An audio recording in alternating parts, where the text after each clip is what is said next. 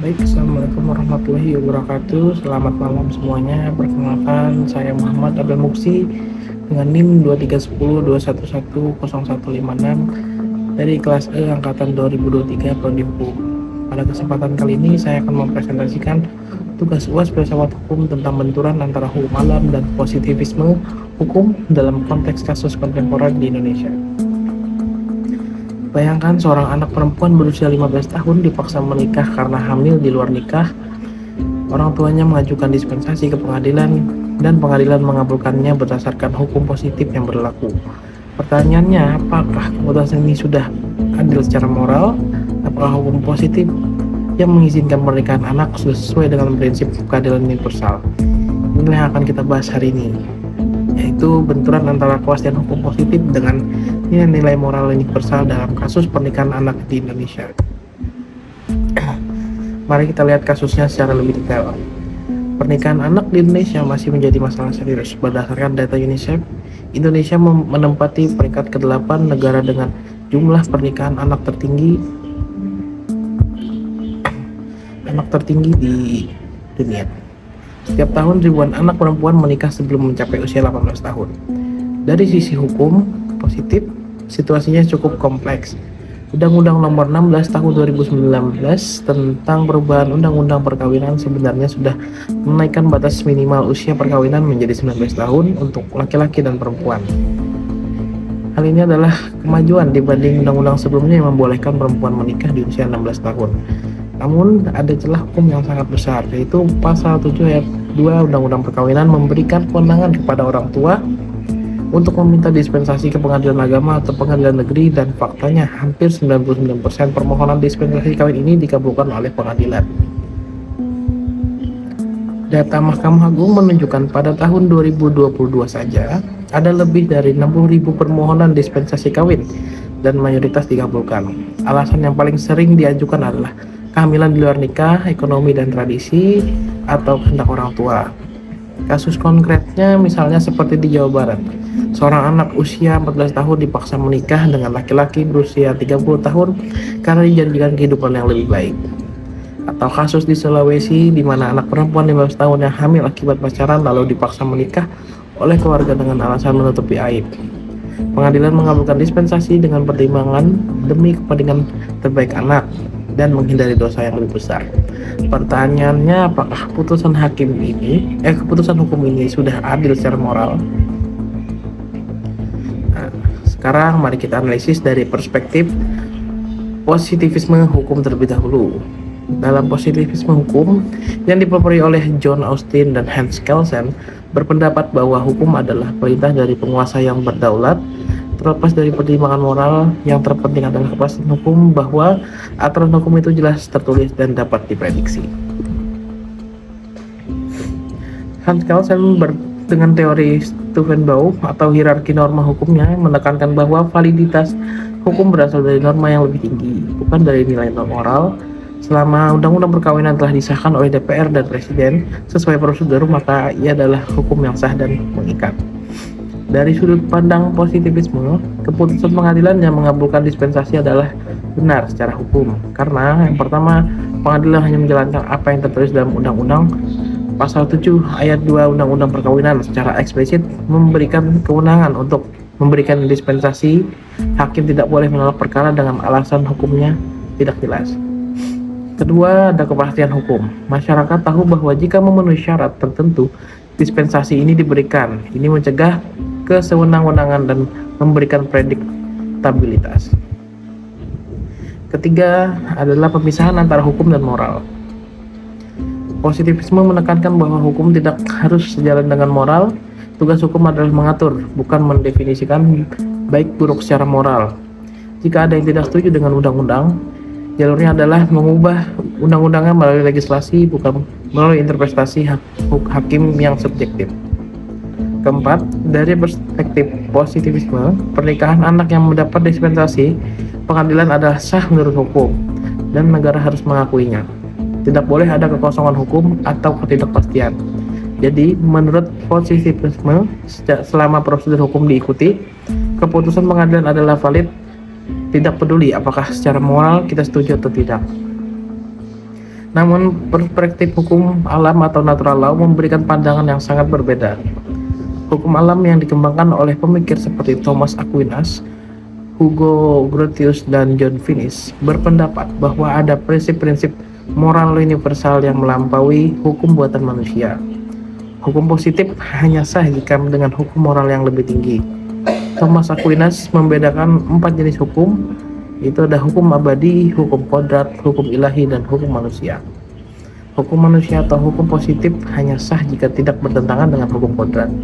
Jika bertentangan dengan hukum positif tersebut adalah lex corrupta atau hukum yang rusak dan tidak mengikat secara moral.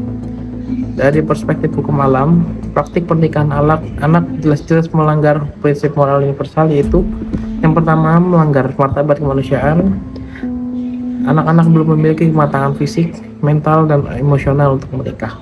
Memaksa anak menikah adalah bentuk eksploitasi yang melanggar harkat dan martabat.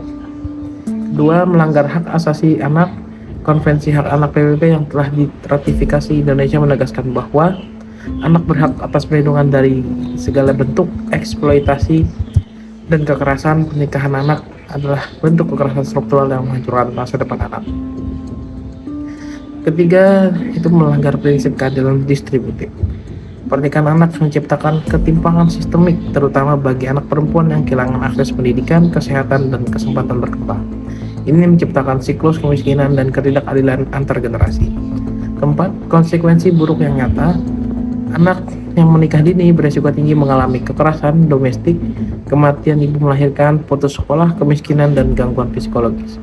Data WHO menunjukkan komplikasi kehamilan adalah penyebab kematian utama anak perempuan usia 15 tahun sampai 19 tahun di negara berkembang.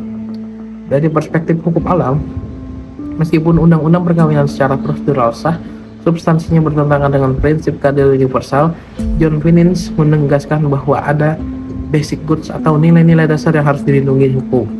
Kehidupan, pengetahuan, bermain, pengalaman estetik, persahabatan, kebaikan praktis, dan agama.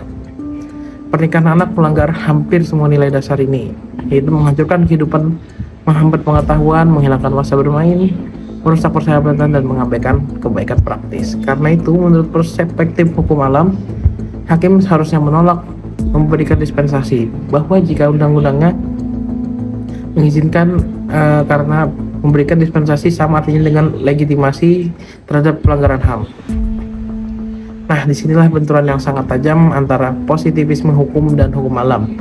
Dari sisi positivisme, jika hakim menolak memberikan dispensasi padahal undang-undang mengizinkannya, maka hakim dianggap melampaui kewenangannya dan menciptakan ketidakpastian hukum. Hal ini berbahaya karena membuka pintu bagi kesenangan hakim yang memutus berdasarkan preferensi pribadi mereka. Tapi dari sisi hukum, jika hakim hanya mengikuti undang-undang tanpa mempertimbangkan keadilan substantif, maka hukum menjadi instrumen penindasan. Ingat kasus Nuremberg trial setelah Perang Dunia Kedua, para pejabat Nazi berargumen, kami hanya mengikuti hukum yang berlaku di Jerman. Tetapi dunia menolak argumen itu karena ada prinsip keadilan yang lebih tinggi. Pertanyaan fundamental, apakah kepatuhan buta terhadap hukum positif bisa dijustifikasi ketika hukum itu sendiri tidak adil? Gustav Radburs, seorang filsuf hukum Jerman, mengalami dilema ini. Awalnya ia seorang positivis yang setelah melihat kekejaman Nazi yang legal, ia merumuskan Radburs formula, yaitu ketika ketidakadilan dari hukum positif mencapai tingkat yang tidak tertahankan, maka keadilan harus diutamakan di atas kepastian hukum. Dalam konteks pernikahan anak di Indonesia, kita bisa bertanya, apakah ketidakadilan dari praktik ini sudah mencapai tingkat yang tidak tertahankan? Melihat ribuan anak yang masa depannya hancur setiap tahun, saya rasa jawabannya adalah ya. Atas bagaimana seharusnya hukum menyeimbangkan antara kepastian hukum dan keadilan moral, saya mengusulkan beberapa solusi integratif. Solusi pertama yaitu revisi legislasi yang tegas. DPR dan pemerintah harus segera merevisi undang-undang perkawinan dengan menghapus sama sekali ketentuan dispensasi kawin atau setidaknya memperketat syarat-syaratnya secara ekstrim. Batas usia 19 harus bersifat mutlak tanpa pengecualian kecuali dalam kondisi yang benar-benar luar biasa dan dengan safeguard yang ketat. Solusi kedua adalah peran hakim yang progresif. Dalam kondisi hukum positif saat ini, hakim harus menggunakan prinsip the best interest of the child secara substantif, bukan sekadar formal. Hakim harus lebih berani menolak permohonan dispensasi dengan mempertimbangkan dampak jangka panjang terhadap anak, bukan hanya kepentingan jangka pendek keluarga. Mahkamah Agung perlu mengeluarkan peraturan Mahkamah Agung yang memberikan pedoman ketat tentang kapan dispensasi tidak boleh diberikan. Misalnya jika anak masih di bawah 18 tahun, jika ada indikasi pemaksaan, atau jika anak masih bersekolah. Solusi ketiga adalah pendekatan restoratif justice. Untuk kasus seperti kehamilan di luar nikah, solusinya bukan pernikahan anak, tetapi perlindungan komprehensif, dukungan psikososial, pendampingan hukum, akses pendidikan, dan penguatan ekonomi keluarga. Negara harus menyediakan alternatif yang lebih adil daripada memaksa anak untuk menikah. Solusi keempat adalah edukasi masyarakat dan aparat. Itu perlunya kampanye pasif tentang bahaya pernikahan anak dan penguatan kesadaran bahwa pernikahan anak adalah pelanggaran HAM. Aparat penegak hukum, tokoh agama, dan tokoh masyarakat harus menjadi garda depan pencegahan.